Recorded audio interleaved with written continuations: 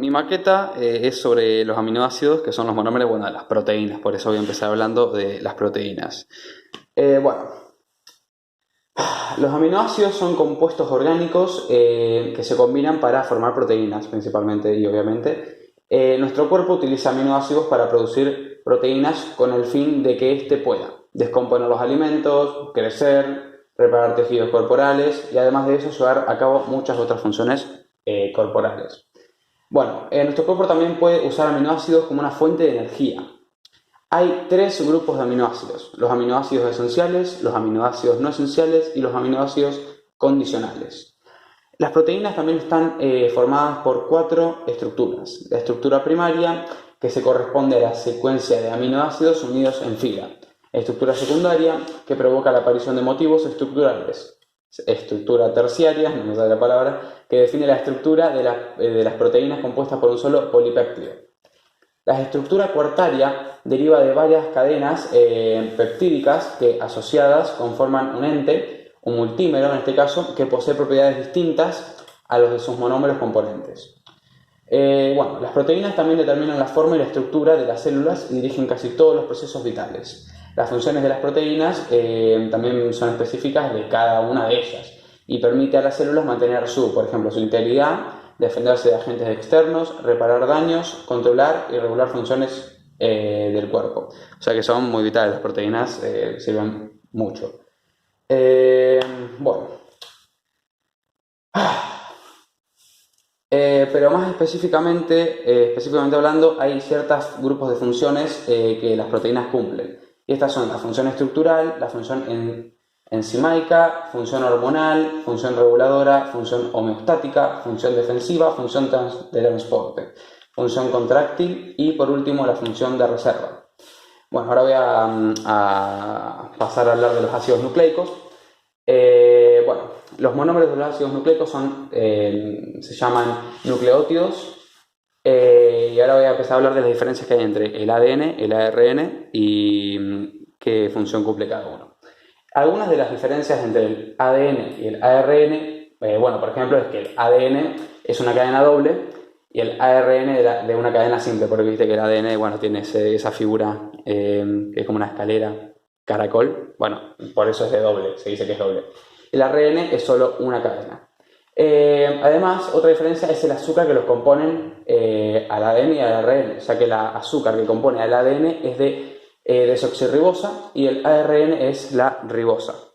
Bueno, ahora voy a explicar las funciones. La función del ADN, además de su función más evidente, bueno, la de proveer la información genética que nos determina, el ADN tiene otra función, que es la replicación, la codificación, el metabolismo celular y la mutación.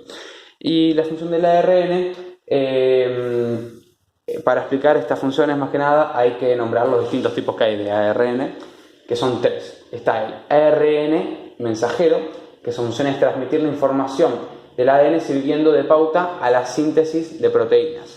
Está el ARN de transferencia, que su función es transportar aminoácidos para la síntesis de proteínas. Y por último está el ARN ribosómico, que bueno, esto busqué más o menos qué significa y bueno, no era muy difícil de entender, que es por su nombre, ribosómico. Se localiza en los ribosomas y ayuda a leer los ARN mensajeros y catalizan la síntesis de proteínas. Bueno, voy a empezar ahora a hablar de los hidratos de carbono. Los monómeros de los carbohidratos o hidratos de carbono se llaman monosacáridos. Los monosacáridos se nombran atendiendo al número de carbonos que presenta la molécula. Por ejemplo, quiere decir, los monosacáridos se nombran o tienen un nombre específico, depende a la cantidad de moléculas de carbono o células de carbono que estos tengan. Por ejemplo, en el caso de tener 3 células de carbono, se llaman tiosas. En el caso de 4 carbonos, tetrosas. En el caso de 5, pentosas. En el caso de 6, hexosas. Y en el caso de 7, heptosas. Ahora voy a empezar a explicar qué son los disacáridos y los polisacáridos y qué tipos de estos hay. Los disacáridos son azúcares formados por la condensación de dos monómeros, dos monosacáridos con pérdida de una molécula de agua. Entre las sustancias más importantes de estos grupos, bueno, está la sacarosa, la maltosa y la lactosa. La sacarosa es el azúcar de consumo habitual y está formada por la unión de glucosa y fructosa. La lactosa es el azúcar de leche de los mamíferos y se forma por la unión de los monosacáridos glucosa y galactosa. La maltosa es el azúcar de grano germinado de cebada, que principalmente, o para lo que más se utiliza casi, es para la elaboración de la cerveza. Se obtiene a través del almidón y está formado por 2 moléculas de glucosa también. Y luego los polisacáridos son una condensación también de muchas moléculas de monosacáridos y también con ayuda de la pérdida de moléculas de agua como en los disacáridos. Los polisacáridos más importantes, por ejemplo, son el almidón, el glucógeno, que representa sustancias de reserva en la célula vegetal y animal, y también está la celulosa, que es el polisacárido de células vegetales, principalmente vegetales, con funciones de sostén, encargan del sostén. Y estos tres están formados por unión de moléculas de glucosa. Bueno, ahora voy a pasar a explicar los lípidos. Las características. Bueno, como característica principal son insolubles en agua, o sea, hidrófobos, y solubles en disolventes orgánicos como la benzina, el benceno y el cloroformo, ¿sí? A los lípidos se los llama incorrectamente grasa. ¿Por qué digo incorrectamente? Porque, no son todas las grasas, porque a los lípidos casi todos le dicen que son las grasas, pero en realidad las grasas son un solo tipo de lípidos procedentes que vienen de animales. Los lípidos cumplen funciones diversas en los organismos vivientes, entre ellas las de reserva energética, la estructural, como los fosfolípidos de las bicapas, y la reguladora, como las hormonas de esteroides, ¿no? Ahora voy a empezar a explicar un poco más lo que vendría a ser estas estructuras, las funciones.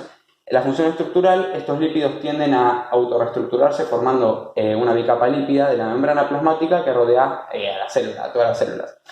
La reserva de energía consiste en que los lípidos constituyen la reserva energética del organismo, a diferencia de los hidratos de carbono.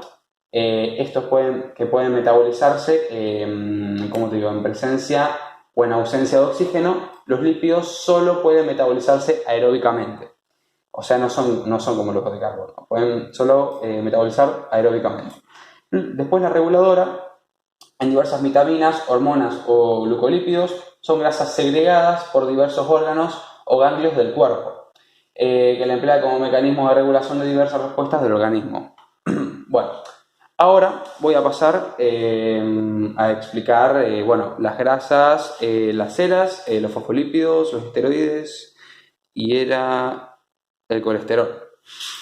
Bueno, las grasas son sustancias orgánicas generalmente sólidas a temperatura ambiente que se encuentran en el tejido adiposo y otras partes del cuerpo de los animales, y está constituida por una mezcla de ácidos grasos y esteres de glicerina. No me salía.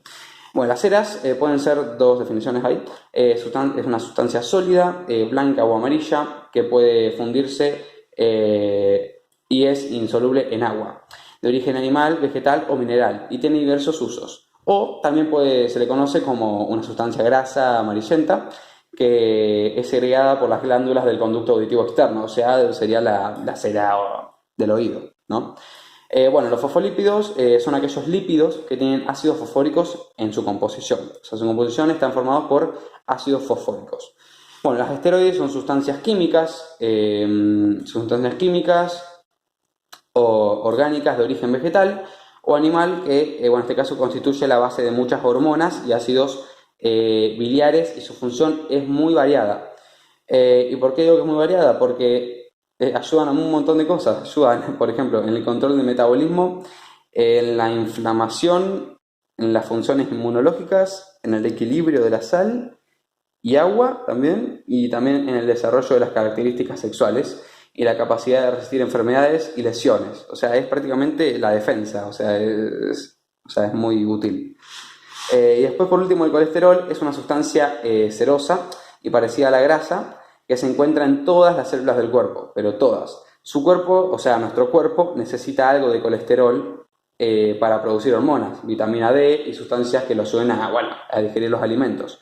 Nuestro cuerpo, esto es importante porque nosotros cuando hablamos de colesterol hablamos de algo dañino, algo que no es sano, pero el colesterol es algo normal en su punto y medida, porque si nosotros tenemos mucho colesterol, es porque comemos muchas grasas trans o muchas cosas que son dañinas para el cuerpo. Pero el cuerpo siempre genera colesterol y este es bueno en su justa medida. Si se pasa de la cantidad necesaria puede ser dañino y puede traer muchos problemas. Bueno, se me alargó un poco el video, voy a ver si lo puedo recortar un poco. Espero que, bueno, sé que mínimo de 5 minutos era, pero bueno, tenía ganas de explicarlo bien, tenía ganas de hacerlo bien, entonces, bueno, se me extendió mucho, la verdad, espero que me puedas perdonar y que lo veas. Pero bueno, hasta acá esta explicación. Perdón por extender tanto el video, voy a intentar recortarlo. Bueno, chao.